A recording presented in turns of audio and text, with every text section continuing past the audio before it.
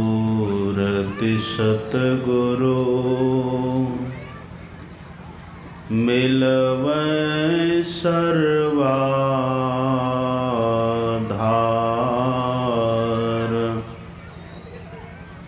मंगलमय मंगल करना विनवा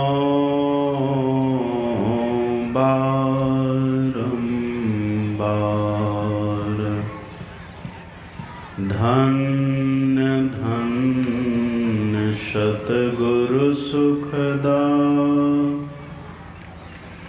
महिमा कही न जाय।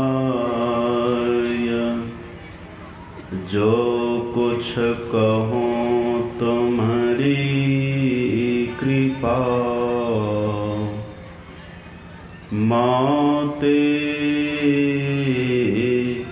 कछु न बसाय।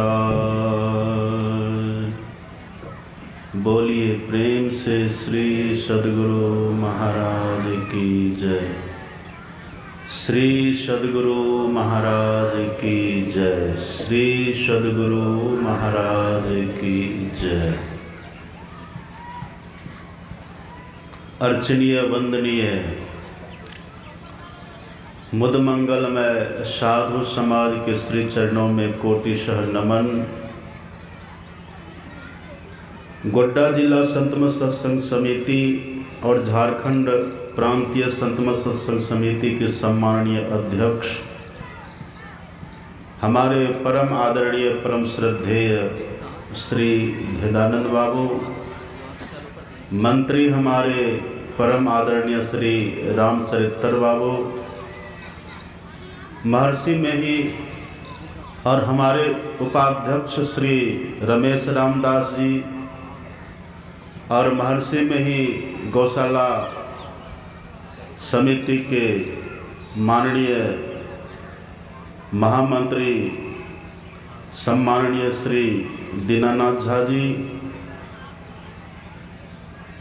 परम आदरणीय सत्संग प्रेमी महानुभावों, पूजनीय माताओं तथा भक्तिमती बहनों, आज हम लोगों ने पाठ और प्रवचन में जो सुना है,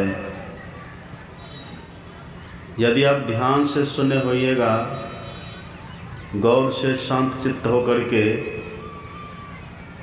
आपको पता चला होगा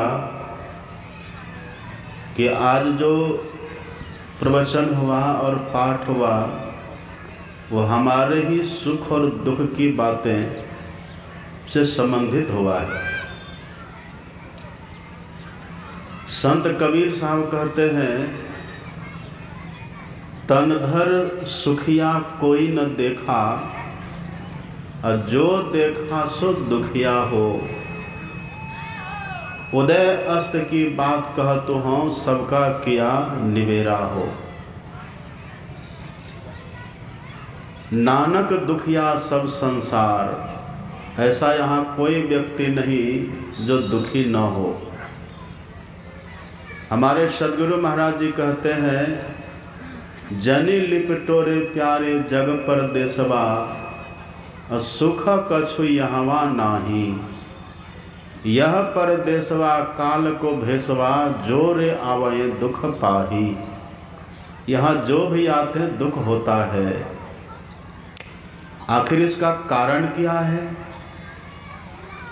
अभी जो आपने पाठ में सुना है, यदि शैल सम पापं विस्तृण बहुयोजनम भिद्यते ध्यान योगेन नान्यो भेदः कदाचन।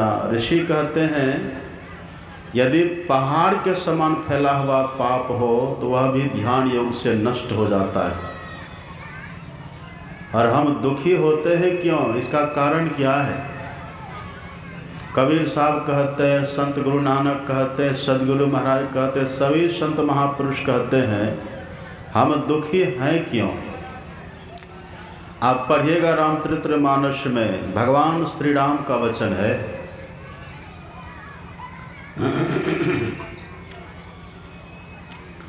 भगवान कहते हैं भरत जी से, आप पढ़िएगा, भगवान कहते हैं हे भरत, निर्णय सकल पुराण वेद कर, कहौ तात जानहि कोविद वर। हे भरत, हे भाई, मैं तुमको सुनाता हूँ सभी पुराणों का, सभी वेदों का, चारों वेदों का सार मैं सुनाता हूँ। निर्णय सकल पुराण वेद कर, सभी पुराणों का सार सुनाता हूँ और सभी वेदों का सार सुनाता हूँ।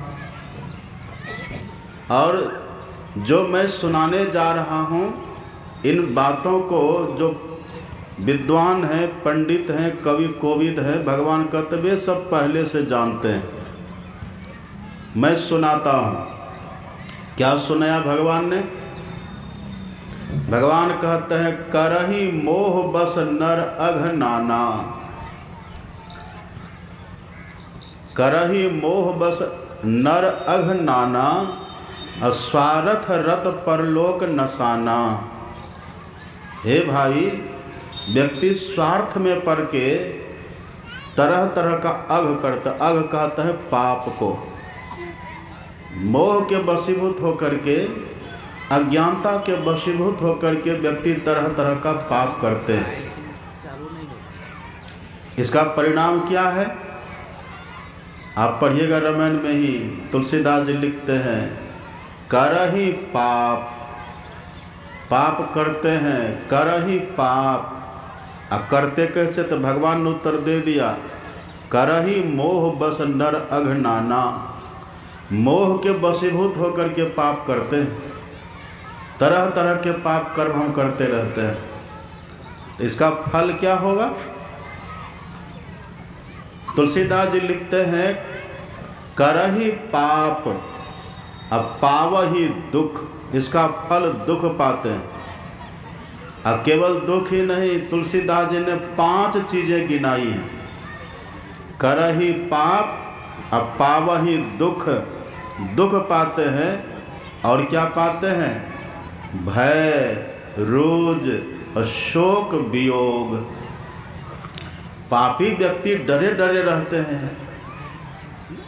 एकदम ये बात कितना सच है। तुलसीदास जी लिखते हैं जो पाप करने वाले व्यक्ति होते हैं वो दुखी तो होते ही हैं, साथ साथ वो डरे डरे रहते, भय भीत होकर के रहते हैं, वो डरा डरा डरपोक बन करके रहता है। और रोज रोज कहते हैं रोग को, तरह तरह का रोग उसके देह में होता है। कभी घुटना में दर्द होता है, कभी सिर में दर्द होता है, कभी पेट में अल्सर का रोग हो जाता है, कभी टीबी हो जाती है, कभी कैंसर हो जाता है, कभी क्या क्या हो जाता है, कितने तरह का रोग हो जाता है। कभी हर्निया में बीमारी पकड़ती है, कभी लीवर में बीमारी पकड़ती है, कभी किडनी में, कभी फेफड़ा में, कहीं हार्ट में, कहाँ कहाँ रोग ये पकड़ते रहता है। ये परिणाम किसका है? ये फल किसका है? वही तुलसीदास जी कहते हैं करहि पाप, अब पावहि दुख, भय, रोज, शोक वियोग। तरह तरह का रोग होता है और शोकित होते रहते, जीवन में तरह तरह का शोक संताप होते रहता है। काहे न शोक समीर डोलावाए, शोक रूपी तूफान बड़े बड़ों को हिला देता है। और वियोग होता रहता है, प्रिय वस्तु का वियोग हो जाता है। यदि बहुत हमने पाप किया है, यहाँ पर बोलो मत, उधर जाके करो। यदि हमने बहुत पाप किया है, इसका फल ये होगा कि हमारे पास जो अच्छी अच्छी वस्तुएं हैं ना, उसका वियोग हो जाता है, नहीं रहेगा। अथवा जो आपके अपने सगे हैं, जो आपके प्रियजन हैं, धीरे धीरे उसका भी वियोग होने लग जाएगा। ये पाप का परिणाम है। दुख तो जीवन में होगा ही, दुख तो आता ही जीवन में, और साथ साथ डरे रहेंगे, डरपोक बन करके रहेंगे, कहीं पर नज़र उठा करके किन्हीं से आमने सामने होकर के बात करने में डर लगेगा। पता नहीं लोग क्या कहेगा, लोग क्या सोचेगा, पता नहीं कहीं मेरी पोल पट्टी खुल न जाए, वो डरे सह में रहते हैं। और तरह तरह का रोग आता है जीवन में, जो रोग कभी सोचे भी नहीं होते वो सब रोग अचानक आ जाता है। बड़ा घातक रोग सब आता है, भयंकर रोग सब आता है। और आप जानते हैं कभी काल लोग धर्म के नाम पर भी अधर्म करते हैं कि नहीं। अब यहाँ देखते कितनी भीड़ है, कितने लोग आकर के बैठे कहाँ कहाँ से, और कितनी शांति के वातावरण में बैठे हुए हैं, कितना बढ़िया से बैठे हुए हैं। लेकिन आपको क्या लगता है यहाँ सब सत्संगी ही बैठे हुए हैं? यहाँ सब तरह के लोग बैठे हुए हैं।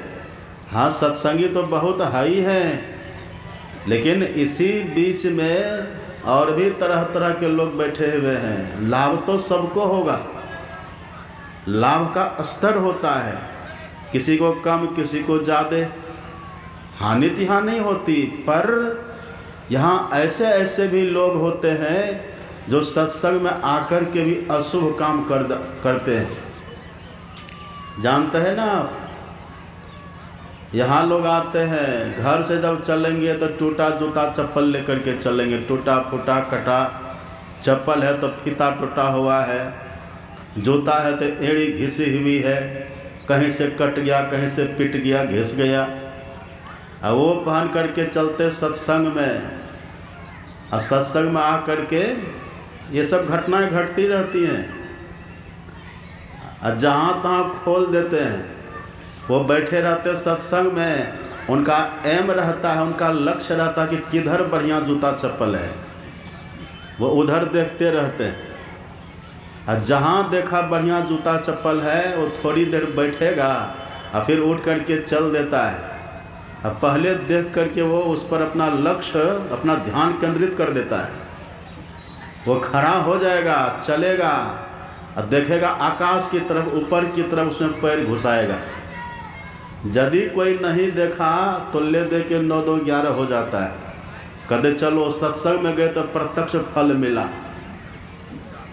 नया जूता चप्पल मिल गया प्रत्यक्ष फल मिल गया, बड़ा खुश होता है। और यदि कहीं चप्पल जूता वाला देख ले करे, भाई साहब तो मेरा है, जूता काहे पहन रहे हैं आप? अच्छा अच्छा, आपका हम देखे ने, ध्यान उधर था ना, उधर ध्यान था, खेल सिखाते हैं। और आप जानते हैं सत्संग में आकर के इस तरह से जूता चुराना, चप्पल चुराना, इसका परिणाम क्या होता है? कर तो दिए, तत्काल जूता चप्पल तो मिल गया, लेकिन इसका परिणाम हमने सुना है महापुरुषों के मुँह से, आए दिन उसके पैर में कोढ़ का रोग हो जाता है, कुष्ठ का रोग हो जाता है। अब डॉक्टर के पास जाएगा, अब डॉक्टर उसको दवाई देगा, वो ठीक ही नहीं होगा। उधर पाप है ना, जड़ देखिए कहाँ है, जड़ कहाँ है, और उसको दवा देते रहेगा। जिस दिन उसका पाप का वो परिणाम खत्म होगा, उसी दिन उसका ठीक होगा। कितनों दवा खा लीजिए, कितनों बड़े से बड़े डॉक्टर के पास चले जाइए, वो जल्दी ठीक होने वाला नहीं होता है। ये तरह तरह का रोग हो जाता है। हमने तो सत्संग में देखा, हमारी देखी हुई बातें। सिंहवाहिनी मंदिर है ना यही, एक बार वहाँ सत्संग करने के लिए आए, हम थे, एक और महात्मा थे। तो वहाँ तक से बाहर में चौकी लगा देते, सत्संग होता, भीड़ काफ़ी होती। आपने देखा ना सिंहवाहिनी मंदिर, वहाँ भीड़ होती है। स्तुति प्रार्थना हुई, पाठ भी हुआ, प्रवचन भी हुआ, और एक व्यक्ति आके बगल में बैठ गया। और वो बैठ करके हम देख रहे थे, वो आकर के बैठा रहा। वो सत्संग कम सुनता था, इधर उधर ज़्यादा देखता था। आरती के बाद जब हम सब खड़े हुए, जो मेरे साथ साधु थे वो भी खड़े हुए, तो हम तो उसको देख के पहले सावधान हो गए थे। तो हमको तो पैर में बढ़िया से प्रणाम कर लिया। और जो दूसरा महात्मा थे उसको जब प्रणाम करने गया, उसके पैर को प्रणाम नहीं कर रहा था, उसके जेबी को प्रणाम कर रहा था। वो अपने जेब लटका होता है ना ब्लॉक को बगल, उससे रुपया पैसा रहता है, वो जेबी को प्रणाम कर रहा था। और हम उसको देखते थे कि जेब को कहे प्रणाम कर रहा है। प्रणाम करना चाहिए पैर में, न तो जेब को प्रणाम कर रहा है। कैसे कैसे लोग होते हैं, आते हैं। आप सबकी बात हम नहीं कहते, आप सब तो पुण्यात्मा धर्मात्मा हैं। ऐसे से लोग आते हैं, आएंगे प्रणाम करने, 20 का नोट रख देते हैं और नमरी उठा के चल देते हैं। अब पूछिए क्या किए थे? हाँ बाबा 200 याद दिए थे ना, 100 दे दिए, प्रणामी में 100 लेके हम जा रहे हैं। कैसा देखिए धर्म के नाम पर क्या क्या होता, कैसे कैसे लोग चुराते हैं पैसा। यहाँ भी आकर के परिणाम बहुत घातक होता है, बहुत खतरनाक होता है। किसी भी तरह से अगर हम कर रहे हैं अशुभ कर्म, पाप कर्म कर रहे हैं, ये देखने वाला कोई है? कौन देख रहे हैं? जासन कर्म छिपावत हो सो तो देखत है घट में घट छाए। भगवान सबके भीतर में है और सब देख रहे हैं। कर्म का फल देता कौन है? ये पाप का फल हमको देते कौन? अपने से लीजिएगा, अपने से फल लेने की बात है। भगवान कृष्ण कहते गीता में, कर्मण्येवाधिकारस्ते मां फलेषु कदाचन। भगवान कहते कर्म करिए, फल पाने का खुद अधिकारी नहीं है, तब फल कौन देगा? तो भगवान कहते हैं, तिनकर काल रूप में भ्राता, अशुभ और अशुभ कर्म फल दाता मैं देता हूँ। भगवान कहते मैं कर्म का फल देता हूँ, आप कर्म करिए, अब फल देने का समय आएगा तो भगवान कहते मैं दूंगा। उस समय कोई कहे कि हम फल नहीं लेंगे तो चलेगा भगवान के सामने? फल तो लेना ही पड़ता है। पाप कर्म किए हैं तो दुख का फल लेना ही पड़ेगा, भय का फल लेना ही पड़ेगा, रोग का फल लेना ही पड़ेगा, शोक का फल लेना ही पड़ेगा और वियोग का फल लेना ही पड़ेगा। अचानक देखते हैं, अचानक प्रिय वस्तु का वियोग हो जाता है। अचानक हमारे अपने ऐसे कोई होते हैं, वो मर जाता है या वो भाग जाता है, विदेश चला जाता है, उसका वियोग हो जाता है।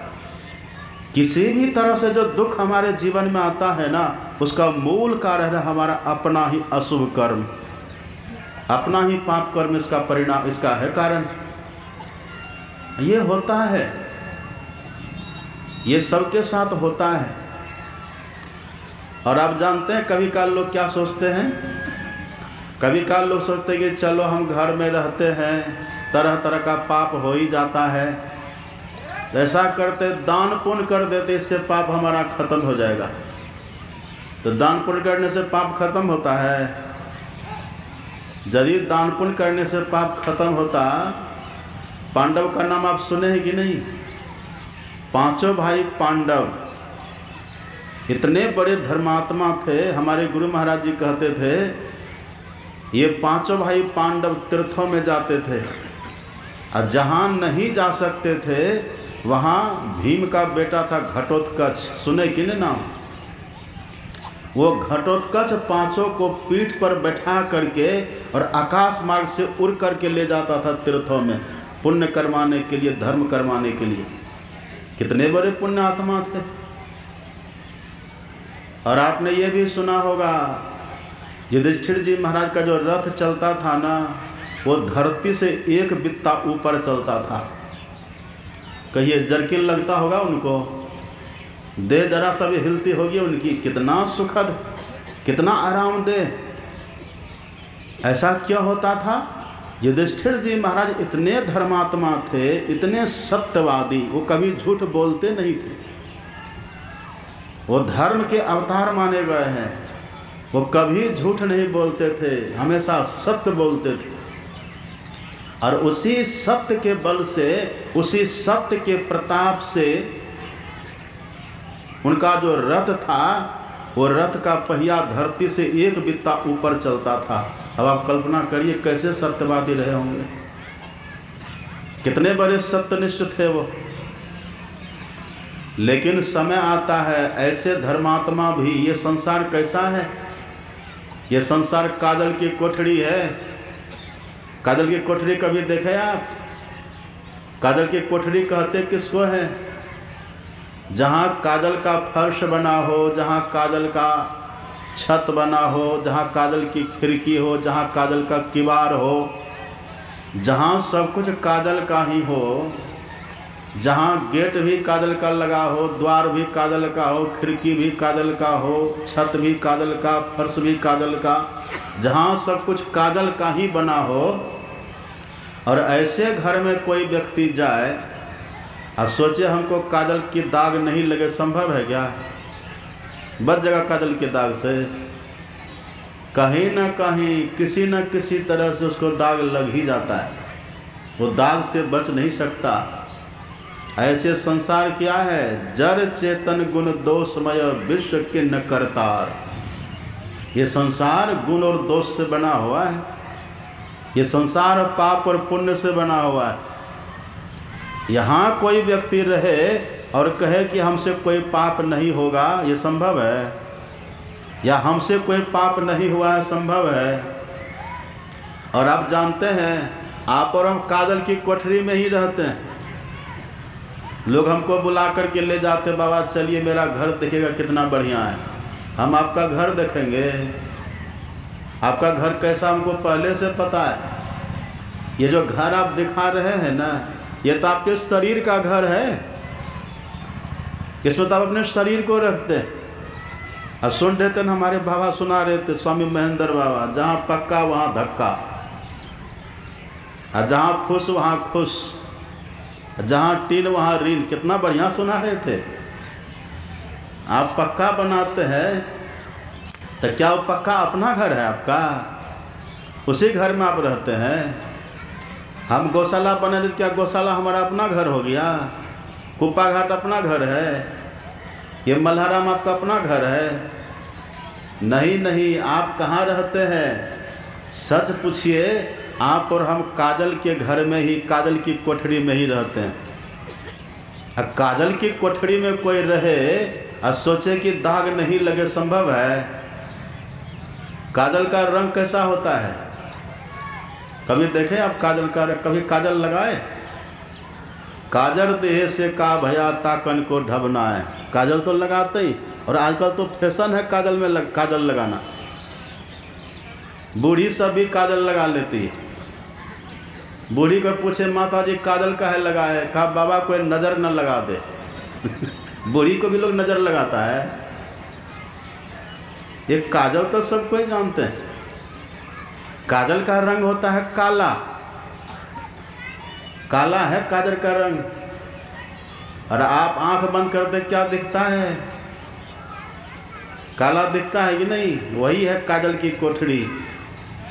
इसे काजल की कोठरी में, अंधकार की कोठरी में कोई रहे और सोचे कि पाप रूपी दाग हमको नहीं लगे, संभव है? कितनों धर्मात्मा बन करके रहिए, बड़े सोच संभल करके चलिए, लेकिन कहीं न कहीं दाग लगेगा। अब दुनिया ऐसी है, यदि दाग अपने से नहीं लगेगा ना, तो दाग लगा दिया जाएगा। निर्दाग निष्कलंक आप नहीं हो सकेंगे। यहाँ दाग लगता है। युधिष्ठिर देखते हैं ना, कितने बड़े धर्मात्मा हैं। सत्य के बल से इनके रथ का पहिया धरती से एक बित्ता ऊपर चलता है। कैसा सुखद जीवन होगा इनका। लेकिन पेंच आता है, राजनीति का पेंच आता है। कौरव पांडव का युद्ध शुरू होता है। गुरु द्रोण कौरव का सेनापति बने। अब गुरु द्रोण सेनापति बनकर के ऐसा भीषण युद्ध किए हैं ना पांडवों के साथ, और संकल्प कर लिया आज या तो मरेंगे या तो मारेंगे, संकल्प कर लिया है। दुर्योधन ने ऐसा उकसा दिया है, ऐसा भड़का दिया है, इनके भीतर ऐसी उलाहना देकर के ऐसा जोश भर दिया है गुरु द्रोण के भीतर। गुरु द्रोण ने संकल्प कर लिया आज या तो मारेंगे या तो आज मरेंगे। और आप जानते हैं ना, जो मरता सो की नहीं करता। जान की बाजी लगा करके जब लड़ने लगे हैं गुरु द्रोण, काल विकराल काल की तरह बन गए। अब पूरी भीड़ को रौंदते हुए आगे बढ़ रहे थे। कृष्ण भगवान ने देखा, करे आज तो गुरु द्रोण अपने विकराल रूप में आ गए। यदि इनको नहीं रोका गया आज, तो आज ये पांडव दल को तो खत्म करेगा ही, अब पांचों भाई पांडव को भी मार देगा। गुरु थे ना वो, पांडव के भी गुरु हैं। और भगवान का व्रत था, आप जानते हैं। एक बार अर्जुन ने भगवान कृष्ण से पूछा था, अर्जुन ने पूछा था कि भगवान एक बात आप कृपा करके कहिए, ये भीषण संग्राम चल रहा है, यदि मैं युद्ध में मारा जाऊंगा तो आप क्या करिएगा? भगवान ने कहा था कि अर्जुन मेरे रहते तुझे कोई नहीं मारेगा, तुम निश्चिंत हो जाओ, मेरे रहते तुझे मारने वाला कोई नहीं है। अर्जुन ने कहा मान लीजिए मार दिया तो? कहा मान कैसे लेंगे, हम तुमको गारंटी दे रहे हैं ना, कोई नहीं मारेगा। अर्जुन कहा था मान लीजिए मार दिया तो क्या करिएगा?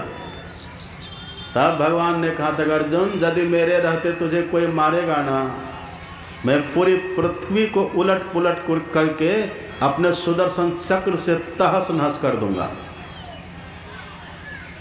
कैसा संकल्प है भगवान का, देखिए। और गुरु शुक्राचार्य ने कहा, बृहस्पति ने कहा इंद्र से, सुनो सुरेश रघुनाथ स्वभावो, निज अपराध रिसाई न काओ, जो अपराध भगत कर करई, राम रोष पावक सो जरई। कोई भगवान का अपराध करे तो भगवान सह लेते हैं, पर यदि कोई भगवान के भक्तों का अपराध करे फिर भगवान सहते नहीं हैं। ये भगवान का संकल्प है। भगवान ने कहा कि मेरे रहते तुझे कोई मारेगा नहीं। और जब भगवान के पास से शुरू में गए थे ना अर्जुन, दुर्योधन में गया था, सब जानते हैं ना आप लोग, सहायता मांगने के लिए। तो भगवान ने कहा था कि ठीक है मैं सहयोग तो करूँगा, दोनों को करूँगा, पर एक पक्ष में मैं अकेला रहूँगा, अस्त्र शस्त्र धारण नहीं करूँगा, और दूसरे पक्ष में मेरी नारायणी सेना रहेगी जो मेरे समान बलशालिनी है और अजय है। अब कहो अर्जुन तुम्हें क्या चाहिए? अर्जुन ने कहा था कि भगवान बस मुझे तो आप चाहिए। अर्जुन ने जैसे कहा मुझे आप चाहिए, दुर्योधन खुश हो गया। दुर्योधन ने सोचा निहत्था को लेकर हम क्या करते, जो लड़ेगा ही नहीं, अस्त्र शस्त्र धारण करेगा नहीं, तो इसको लेकर हम क्या करते। बड़ा खुश हो गया और दुर्योधन सेना लिया वहाँ से चला गया। पीछे भगवान ने अर्जुन से कहा अर्जुन तुम भूल कर लिया, भूल तुमसे हो गई, सदा रहेगा उदास। अब माखन दुर्योधन ले गया, छाछ तुम्हारे पास, असली चीज़ तो दुर्योधन ले गया, अब तुम क्या करेगा? तब अर्जुन ने कहा भूल मुझसे हुई नहीं, अब मैं न होता उदास, अब माखन लेकर क्या करेंगे जब माखन चोर है मेरे पास। जब माखन चोर आप है, ये है मेरे पास, तो उसको लेकर हम क्या करेंगे? यही भगवान ने जो संकल्प लिया है कि मैं पांडवों को मरने नहीं दूंगा। उधर गुरु द्रोण मारने के लिए आ रहा है। अब भगवान कहे कि हम अस्त्र शस्त्र धारण करेंगे नहीं, ये तो लड़ेंगे नहीं, तो उपाय क्या करेंगे? करेंगे अब क्या? गीता में पढ़िएगा भगवान खुद क्या कहते हैं। भगवान कहते हैं यदा यदा ही धर्मस्य ग्लानिर्भवति भारत अभ्युत्थान मधर्मस्य तदात्मानं सृजाम्यहम् परित्रणाय साधूनां विनाशाय च दुष्कृतां धर्म संस्थापनार्थाय संभवामि युगे युगे। मैं धर्म की स्थापना करने के लिए हर युग में आता हूँ। जो भगवान धर्म की स्थापना करने के लिए आए हैं हर युग में आते हैं। कृष्ण भगवान बनकर के आए हैं।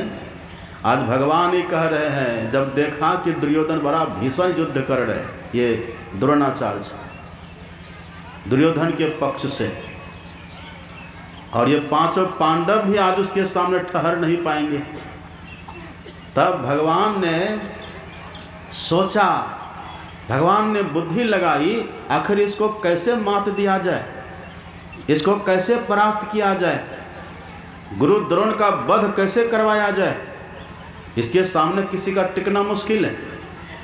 तब भगवान ने उसकी कमजोरी को पकड़ा। गुरु द्रोण में एक कमजोरी थी, वो कोई नहीं जानता था, भगवान जानते थे। भगवान जानते थे। भगवान ने कहा कि गुरु द्रोण का एक ही बेटा है। क्या नाम था उसका? जानते हैं ना सब? हे सो रही बूढ़ी, क्या सुनेगी? मुड़ी माथा सीधा करिए, जैसे विपत्ति का पहाड़ गिरा हुआ है। सत्संग प्रसन्न मन से सुनिए ना, एकदम खुश होकर के सुनिए। आप आसन लगा के बैठिए बढ़िया से, बायां पैर को नीचे रखिए, दहना पर ऊपर सीधा होकर बैठिए, बढ़िया से बैठ के सुनिए। आप तो घुटना का तकिया बना लेते हैं। और चद्दर थोड़ा ढंग से ओढ़िए, माथा पर से नीचे उतार लीजिए चद्दर, एकदम ओढ़ के कान मुँह ढक करके आँख बंद करके सो जाता है। सबको हम पकड़ लेते हैं यहाँ से। क्या कह रहे थे हम? हैं? हाँ, अश्वत्थामा सब जानते हैं ना, उनके पुत्र का नाम अश्वत्थामा है। अब बड़ा प्रिय था, एक ही बेटा है। और अश्वत्थामा को कैसे पाले तो वो भी आप जानते होंगे। दूध नहीं था घर में तो अरवा चावल को पीस करके अब पानी में घोल करके कहते थे लो बेटा दूध है पी लो। किस किस तरह से अश्वत्थामा को पाल पोस करके बड़ा किए थे। भगवान जानते थे गुरु द्रोण को पुत्र स्नेह बहुत है, पुत्र मोह इनको बहुत है। और जब किसी व्यक्ति के कमजोर स्थान पर कोई आघात करता है ना, बड़ी पीड़ा होती है। भगवान जानते थे उनकी एक कमजोरी है। भगवान ने भीम से कहा कि भैया देखते हैं आज गुरु द्रोण किसी को बचने नहीं देगा, आप एक काम करिए, हल्ला करिए। अश्वत्थामा मारा गया।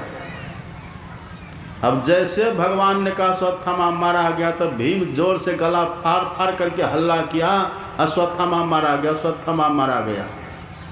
गुरु द्रोण ने सुना, कहा झूठा कहीं के, मेरे पुत्र का वध करना इतना आसान है? कहा हाँ अश्वत्थामा मारा गया। गुरु द्रोण ने कहा कि तुम्हारी बात पर हमको विश्वास नहीं, तू पहले भी झूठ बोलता था। भगवान के संग में हो तो क्या हो गया? भगवान के संग में रहने वाला देखिए,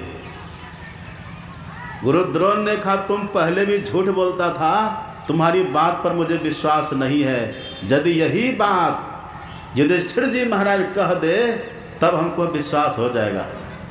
क्योंकि वो जानते थे युधिष्ठिर इतने सत्यवादी हैं, उनके सत्य के बल से ही रथ का पहिया धरती से एक बित्ता ऊपर चलता था। वो जानते थे झूठ नहीं बोलेंगे, ये झूठ बोल नहीं सकते। जैसे कहा कि यदि युधिष्ठिर जी कह दे कि वास्तव में मेरा पुत्र अश्वत्थामा मारा गया है, तब मैं मान लूँगा। देखिए कादल की कोठरी कैसी होती है। कादल की कोठरी यही है, आंख बंद करने के बाद जो घोर अंधकार दिखता है ना, इसी को बोलते कादल की कोठरी। इस कोठरी में जब तक है तब तक तो दाग लगेगा। इस नगरी में तिमिर समाना भूल भरम, हर बार भूल होगी। आप नहीं चाहेंगे तब भी भूल होगी, आप नहीं चाहेंगे तब भी पाप होगा। ये है, ये कादल की कोठरी है। और यदि अपने से नहीं लगाएंगे दाग तो लगा दिया जाएगा। ऐसी व्यवस्था है सृष्टि की, संसार की। भगवान कृष्ण दौड़े युधिष्ठिर जी महाराज के पास जाते हैं और युधिष्ठिर जी से कहते कि भैया आज आपको मेरी बात माननी पड़ेगी। कहा क्या? कहा आप हल्ला करिए जोर से, अश्वत्थामा मारा गया। युधिष्ठिर जी ने कहा कि सही में मारा है क्या अश्वत्थामा? कहा मारा नहीं है। अब कौन कह रहे हैं बोलने के लिए? जो सत्य की स्थापना करने के लिए। आप पढ़िएगा भागवत, उसमें लिखा हुआ है सत्यव्रतम त्रिसत्यम, सत्यस्य नेत्रम, सत्य सत्यामृत सत्य नेत्रम। जो सत्य ही है, जो सत्य के स्वरूप है, जो सत्य संकल्प है, जो सत्य निष्ठ हैं, जो सत्य के अवतार हैं, ये दुनिया कैसे कादल की कोठरी है। देखिए वेद भगवान अभी जो पाठ में आप सुने ना, यदि पहाड़ के समान भी फैला हुआ पाप हो, वह ध्यान योग से नष्ट होता है। इसके समान पापों का नष्ट करने वाला दूसरा कुछ भी नहीं है। मंदिर में भी पाप होता है, सत्संग में भी पाप होता है। अब मंदिर में जिनकी मूर्ति रहती है उनके सामने भी पाप होता है। अब देखिए वही पाप करा रहे हैं। ये कैसे कादल की कोठरी है दुनिया। भगवान ने कहा मरा नहीं है, युधिष्ठिर ने कहा कि जब वो मरा नहीं तो हम क्यों बोले झूठ? यदि नहीं बोलिएगा तो आप राज प्राप्त नहीं कर सकिएगा भैया। युधिष्ठिर ने कहा हमें कोई फिक्र नहीं है, हे केशव, हम फिर से दर दर की ठोकर खा लेंगे, हम फिर से वनवासी हो जाएंगे, हम लेकिन झूठ नहीं बोल सकते। तब भगवान ने कहा कि भैया आज तो आपको झूठ बोलना ही पड़ेगा, मतलब आज आपको काजल का दाग लगाना ही पड़ेगा। ये कैसा संसार है? अब आप कहिए कृष्ण भगवान की बात रहेगी, युधिष्ठिर की बात रहेगी, किसकी बात रहेगी? युधिष्ठिर है धर्म के अवतार और कृष्ण है धर्म के संस्थापक, और ये धर्म के संस्थापक कहते आज आपको झूठ बोलना ही पड़ेगा। वो कहते मैं नहीं बोलूँगा। तब भगवान ने कहा एक काम करिए भैया, अश्वत्थामा नामक एक हाथी भी है, भीम जाओ उस हाथी को मार दो।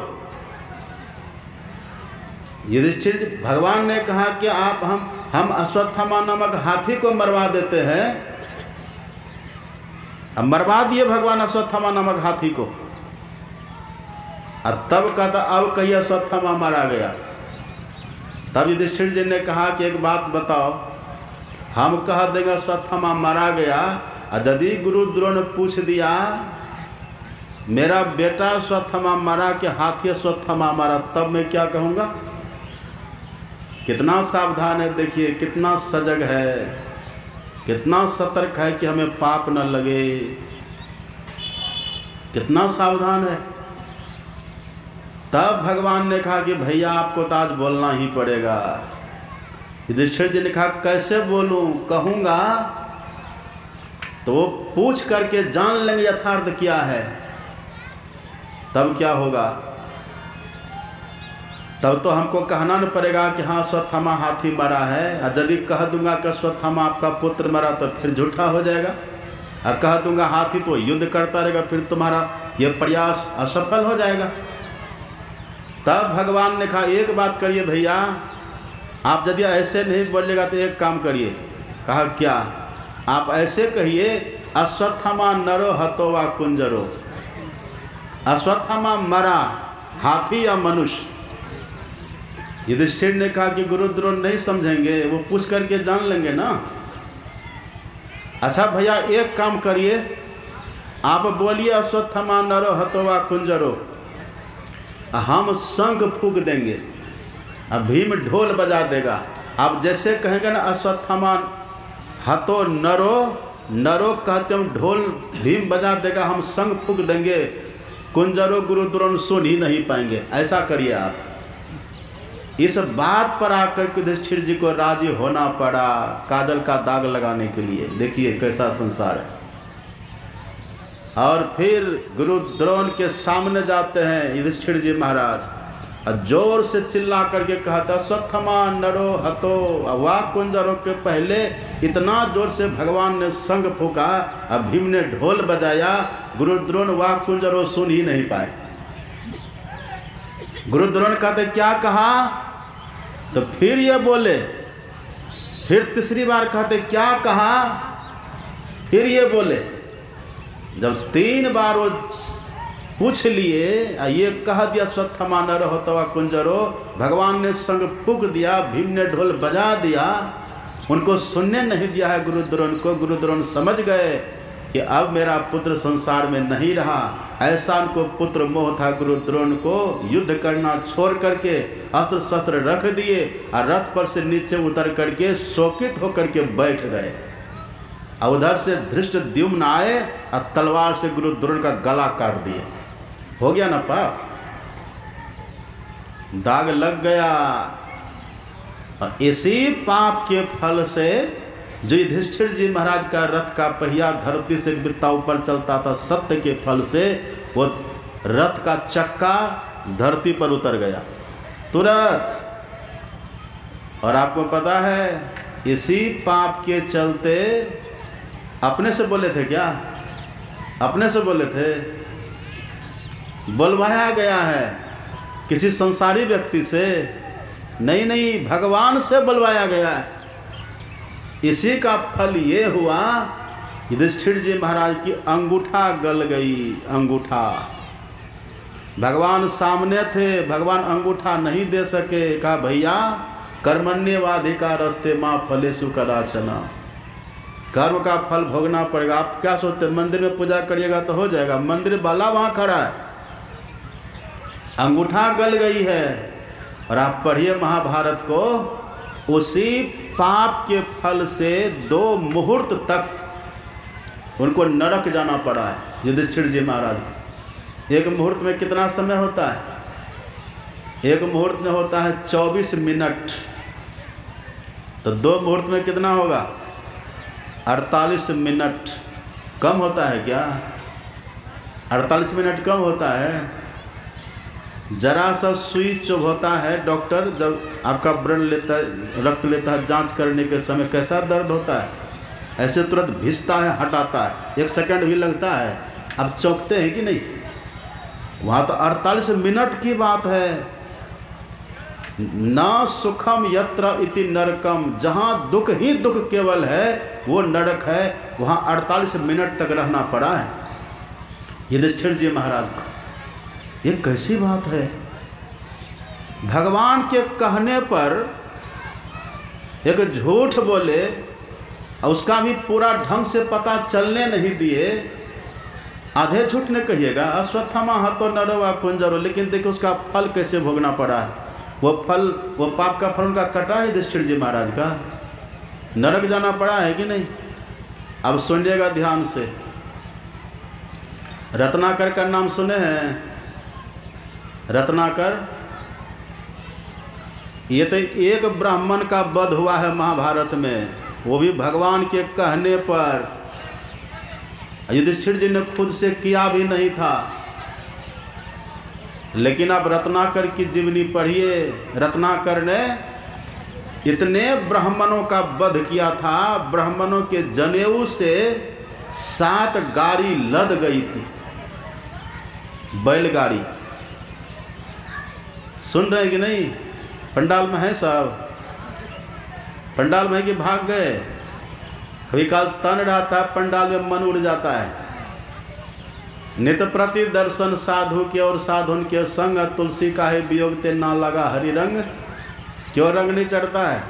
मन तो रमे संसार में, तन साधुन के संग, तुलसी आहे वियोग ते ना लगा हरि रंग। इसलिए हम पूछते रहते, सावधान करते रहते हैं। ये लुखड़ा लुखड़ी किसका है? सब किसका घूम रहा है बीच में? पकड़ के बैठाइए इसको।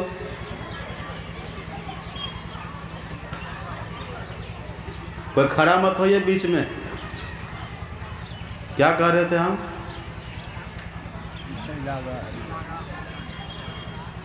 देखते हैं ना युधिष्ठिर जी महाराज। इधर देखिए रत्नाकर,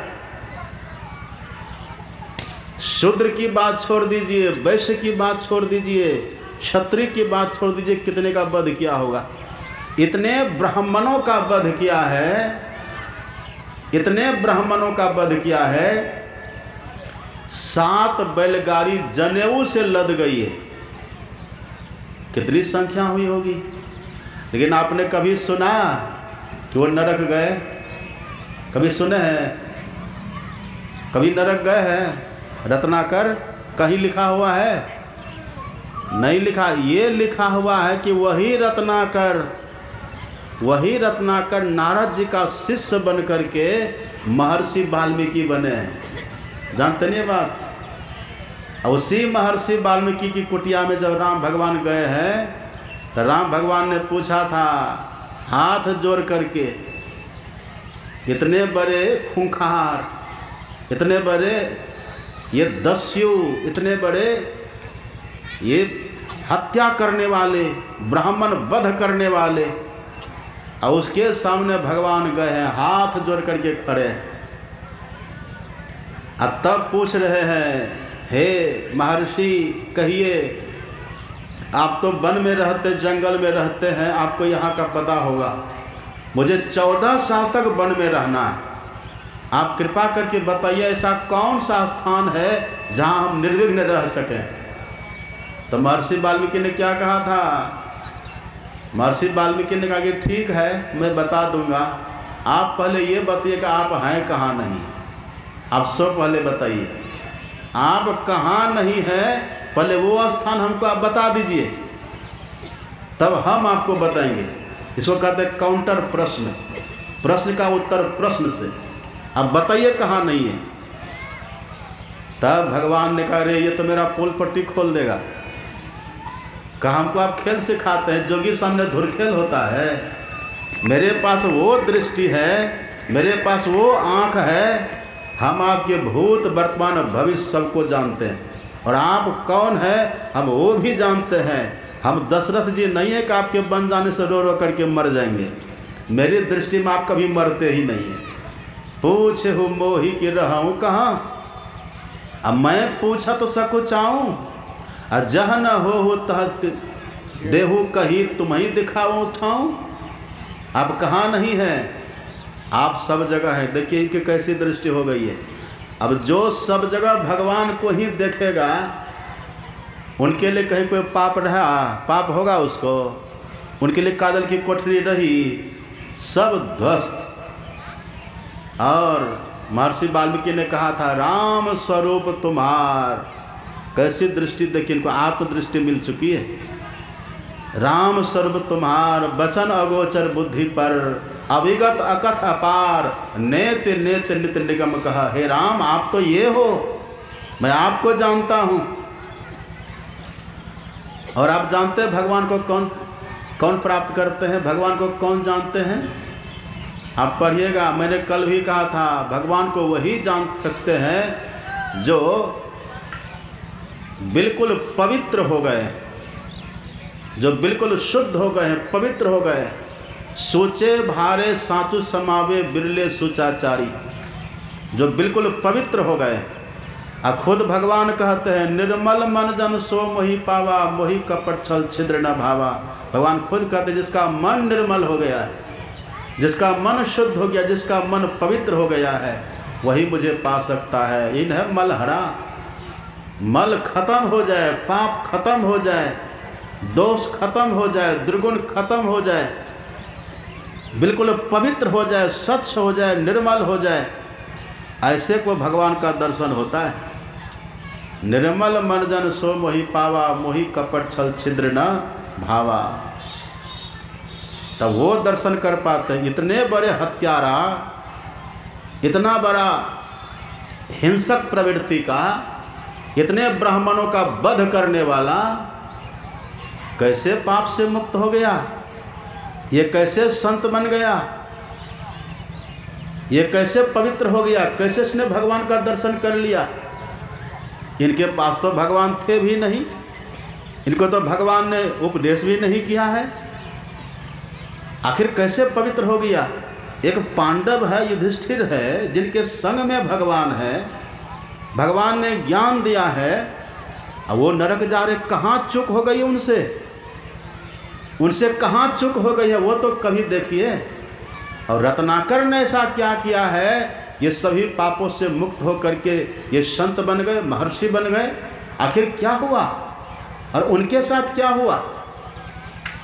यही बात, यही ऋषि कहते हैं। अभी जो आपने पाठ में सुना, ऋषि कहते हैं, नान्यो भेदः कदाचन, ध्यान के सिवा कोई दूसरा उपाय है ही नहीं पाप से मुक्त होने का। ध्यान के अलावा कोई दूसरा उपाय नहीं है। पाप समूल नष्ट जब भी होगा तो एकमात्र ध्यान से होगा।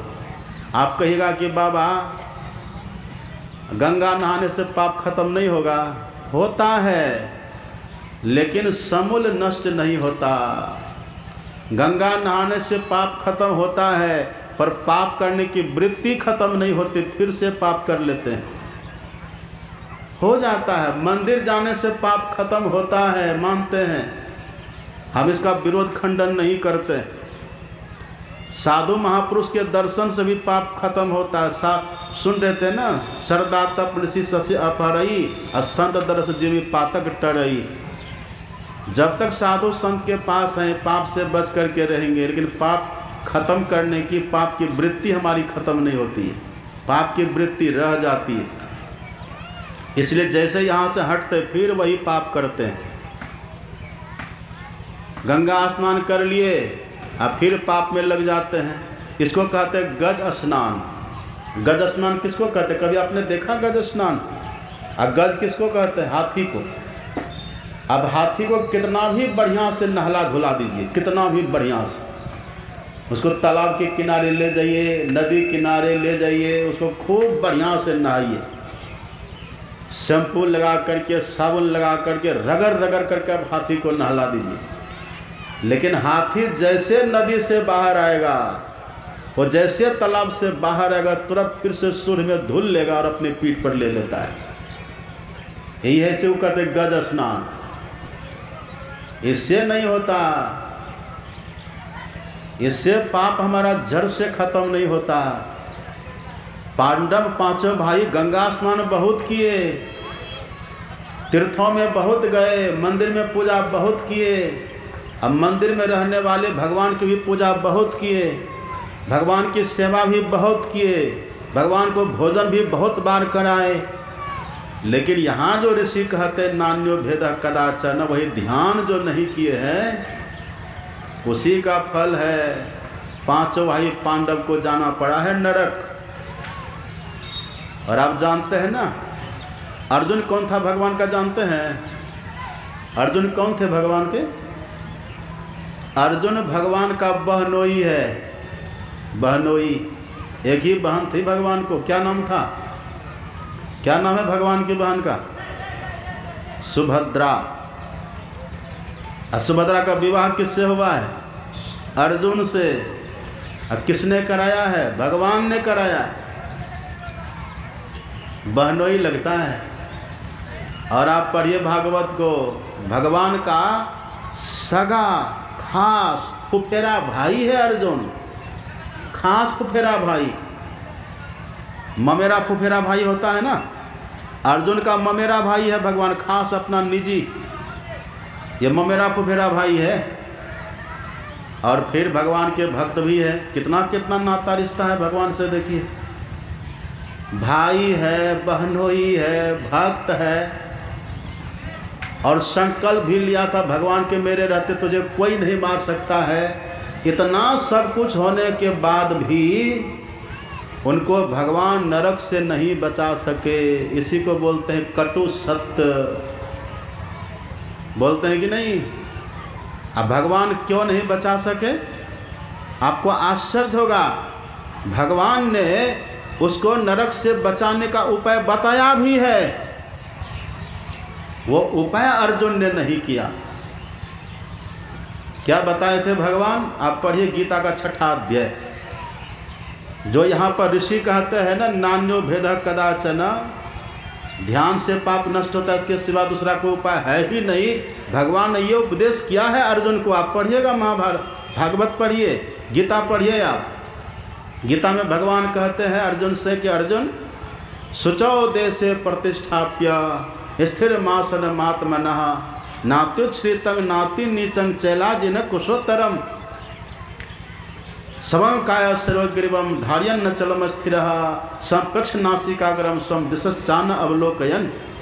हे अर्जुन, पवित्र स्थान पर जाओ, आसनी बिछा करके बैठो, अधरगर मस्तक को सीधा करके रखो और किसी भी दिशाओं में नहीं देखता हुआ नासाग्र में देखो।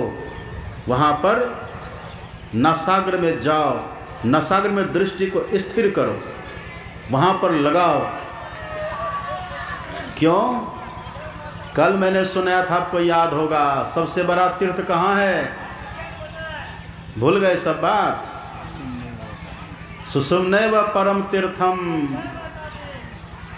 वही सुषुम्नाद है। भगवान शंकर कहते तत्र स्नानम, वहाँ यदि कोई स्नान करे फल क्या होगा? तत्र स्नानम प्रकुर्वीत सर्व पापः प्रमुच्यते। वही भगवान ने कहा था अर्जुन को, अर्जुन किसी भी दिशाओं को नहीं देखता हुआ नासागर में देखो, इससे तुम पाप से मुक्त हो जाओगे और पाप से मुक्त होकर के मेरे पास आओगे। मेरा दर्शन, ये तो अभी तुम मेरे शरीर को देख रहे हो, इसके देखने से कुछ नहीं होगा। अभी तुमको मेरा दर्शन हुआ नहीं है, अभी तुमको मेरा दर्शन नहीं हुआ, पहले तो वहाँ जाओ, और वहाँ जा करके जब ध्यान करोगे तब तुम देखोगे कि सभी पापों से तुम मुक्त हो जाओगे। अब पढ़िए पदावली, हमारे गुरु महाराज जी कितना अच्छा कहते हैं। गुरु महाराज जी लिखते हैं पदावली में, जौ निज घट रस चाहो, जौ निज घट रस चाहो। घट में कौन रस है? घट मतलब भीतर, अपने भीतर। अपने भीतर कौन सा रस है? भीतर में रस कौन सा है? भया जी हरि रस पी मतवारा। सबके भीतर में हरि परमात्मा है, परमात्मा का रस है। ये रस कैसे मिलेगा? हमारे गुरु महाराज जी कहते, जौ निज घट रस चाहो। तो क्या करिए? अपने को 5 पाप से हरदम खूब बचाओ। है एक झूठ, नशा है दूसर, और तीसर नारी पर के हो, चौथी चोरी, पंचम हिंसा, और दिल से इन्हें अलगा हो।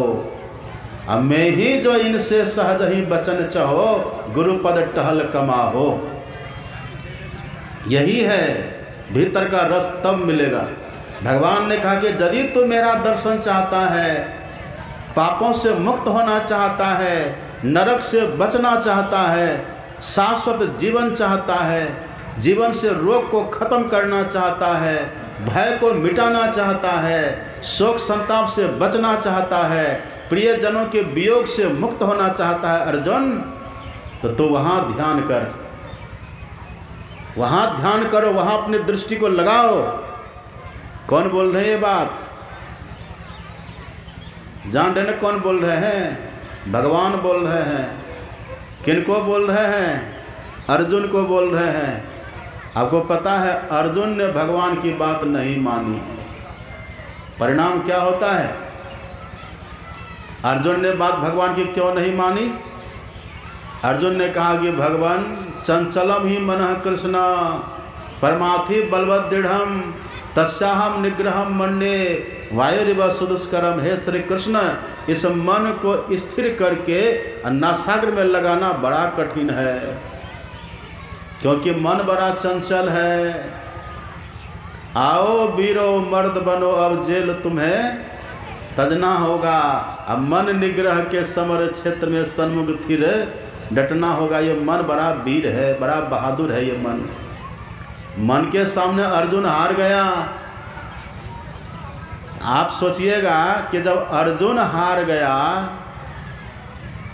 जो अर्जुन राजा का बेटा था, राजा था, जिसके घर में क्या क्या खाने का सामान नहीं था, कितना च्यवनप्राश खाया होगा, वो कितना दूध दही माखन मिश्री खाया होगा, कितना पौष्टिक सब खा करके पहलवान हो गया होगा। जब वो अर्जुन मन से युद्ध नहीं कर सका, तो हम गेहूं का रोटी साग भात खाने वाला कैसे मन से लड़ेंगे?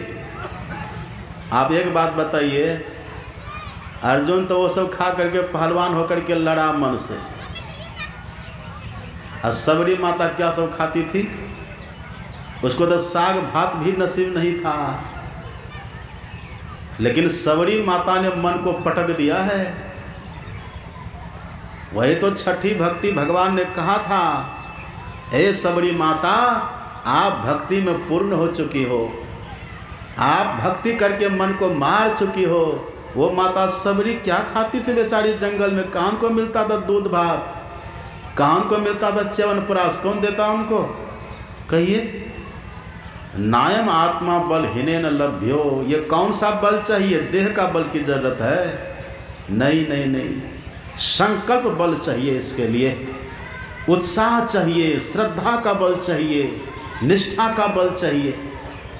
यही अर्जुन के पास नहीं था, अब वो है रत्नाकर के पास। रत्नाकर को कहा नारद जी ने, देखो तुम भजन करो कल्याण हो जाएगा, बहुत पाप तुमने किया है। और सब कोई कहते हैं रत्नाकर इतना बड़ा पापी था कि राम राम नहीं कह सकता था। तो क्या कहा रत्नाकर, राम राम नहीं कह सकता था तो उल्टा करके मरा मरा कहता था। ये बात सच है? ये बात सच नहीं है। जो मरा कह सकता है राम भी कह सकता है। राम में भी राम है, मरा में भी मोरा, एक ही बात तो है।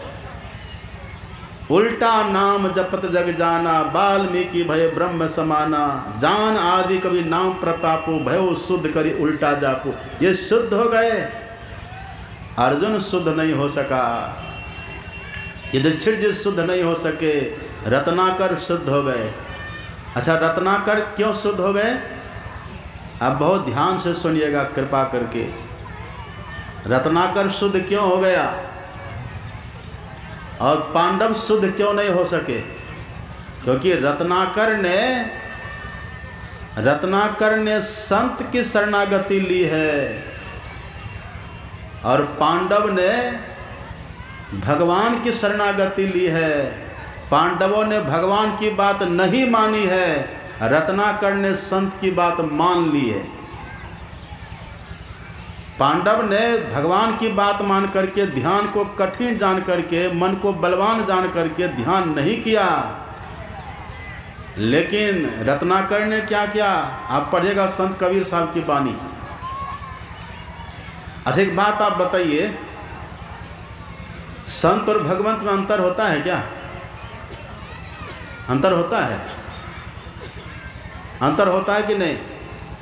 जरा मुड़ी हिलाइए, हाँ या ना।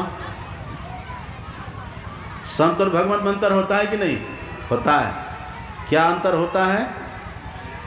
संत के मुंह से ही आप सुनिए, भगवान के मुंह से ही आप सुनिए। राम भगवान गए थे ना माता सबरी के यहाँ, तो भगवान ने क्या कहा था माता सबरी से? सातम सम मोहि मैं जग देखा, मोते संत अधिक करी लेखा। राम भगवान खुद ही कह रहे हैं कि संत को मुझसे विशेष जानो, और राम भगवान तक केवल कह दिए। आप पढ़िएगा भागवत को, कृष्ण भगवान तो कहा भी, और कृष्ण भगवान कह करके और अपने को संत के पीछे चलने वाला भी कहा है। आप पढ़िए भागवत। अच्छा, आगे कौन चलते, बड़े कि छोटे? आगे आगे, अब पीछे पीछे। आगे कौन, अब पीछे कौन चलते हैं? बड़े आगे चलते हैं ना, और छोटे पीछे पीछे न चलेंगे। पढ़िएगा भागवत, लिखा हुआ है भागवत में। भगवान कहते निरपेक्षम मुनि शांतं, निर्वैरम समदर्शिणम, अनुव्रजामि हम नित्यम पुयत्यंघ्रि रेणु भी। भगवान कहते हे उद्धव, ऐसा संत जो निर्मल है, निर्वैर है, निरपेक्ष है, ऐसा संत जो समदर्शी हो चुके हैं, ऐसे संत जो होते हैं, उन संत के पीछे पीछे मैं चलता हूँ। का पीछे क्यों चलते भगवान? का पीछे मैं इसीलिए चलता हूँ, पुए अत्यंगी रेणु भी। रेणु कहते हैं धूल को। रेणु किसको कहते हैं? धूल को। भगवान कहते हैं उद्धव, जब संत चलेंगे ना, और संत के चलने से उनके चरणों से लग करके जो धूल उड़ेगी, वो धूल जब मेरी देह पर पड़ेगी तो मैं भी पवित्र हो जाऊंगा। इसी आस से मैं संतों के पीछे चलता हूँ। कैसा भाव है? संत की कैसी पदवी होती है, संत का कैसा महत्व होता है।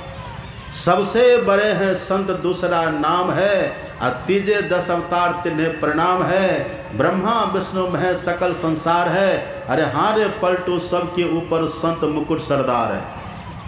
संत हमारे प्राण रहो में साथ में, 3 लोक सब रहे संत के हाथ में। मौको डारे बेची उजुर में ना करो, अरे हारे पलटू हरि उद्धव से कहे संत से मैं डरूं। भगवान भी संत से डरते हैं। कैसा अद्भुत है ये। रत्नाकर ने नारद जी की शरणागति ली है, और संत जिनका हाथ पकड़ लेते हैं। आप नारद जी की बात को ही पढ़िएगा। नारद जी ने एक सूत्र दिया है, नारद भक्ति सूत्र में आप पढ़िएगा।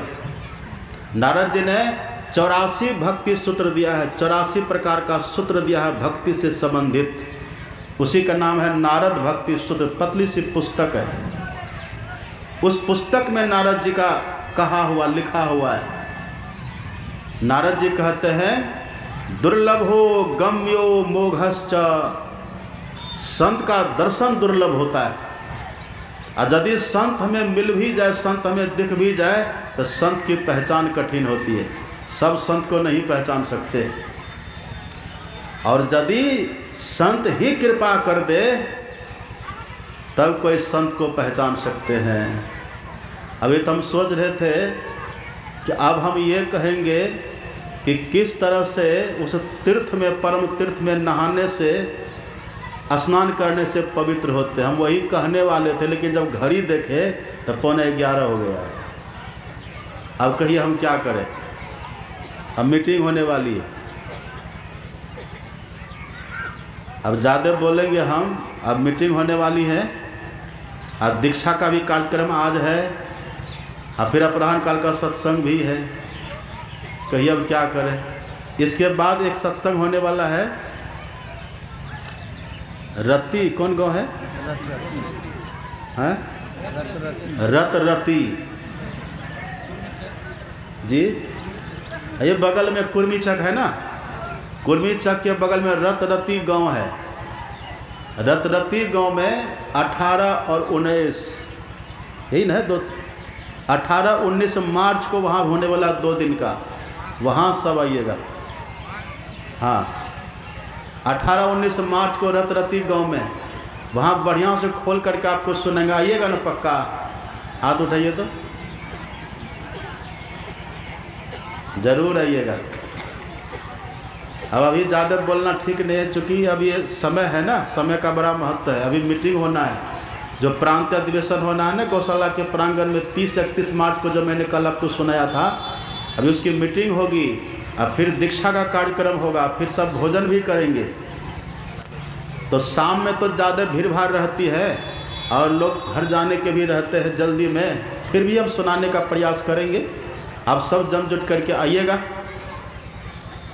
और बहुत बातें तो आपने सुन ली थी पूज्य बाबा लोगों से, और हमारे वेदानंद बाबा ने सुना भी दिया था ध्यान की महत्ता, ध्यान के विषय में। अब बस हम यहीं पर विराम करेंगे। कल वाली बात याद है कि नहीं? भूल गए? हाथ जो उठाए थे याद है ना? चंदा लेकर आना है मेरे पास प्रांतीय का। हाथ उठाइए, कौन सा आइएगा लेके? ईमानदारी से आ जाइएगा, प्रांत अधिवेशन होना है। और ऐसा मत करिएगा कि 58-54 लेकर के आ जाइए। हम लोग 58 भी लोग चढ़ाता है रुपया कटा पटा वो भी चढ़ा देता है। बढ़िया बढ़िया नोट नया नया लेकर के आइएगा, बढ़िया जो चले। और हम ज़्यादा क्या कहेंगे, जितना ज़्यादा से ज़्यादा हो सके। गौशाला भी बहुत कमज़ोर है, तो मर जाओ मांगो नहीं, अपने तन के काज, और परमारथ के कारण मोहि नावे लाज। और दूसरी बात, यहाँ जो आप मंच पर जो चढ़ाइएगा ना, ये मंच पर जो चढ़ाएंगे ये सब वहाँ इस आश्रम में खर्च होगा। ये वहाँ भी निर्माण कार्य होना है, ये भी तो अपना ही है, इसका भी मरम्मत होना है। और वहाँ जो जाकर के आप दीजिएगा मेरे पास, तो वही जगह खप प्रांतीय में, तो सोच लीजिए। तो यहाँ भी आप दीजिए, यहाँ भी चढ़ाइए सब, ताकि यहाँ ये आश्रम भी बने खूब बढ़िया से। और प्रांतीय के लिए भी आप लोग कोशिश करिए। आज हमने देखा कई लोग आए, ये माता जी अभी ना आए थे सवेरे।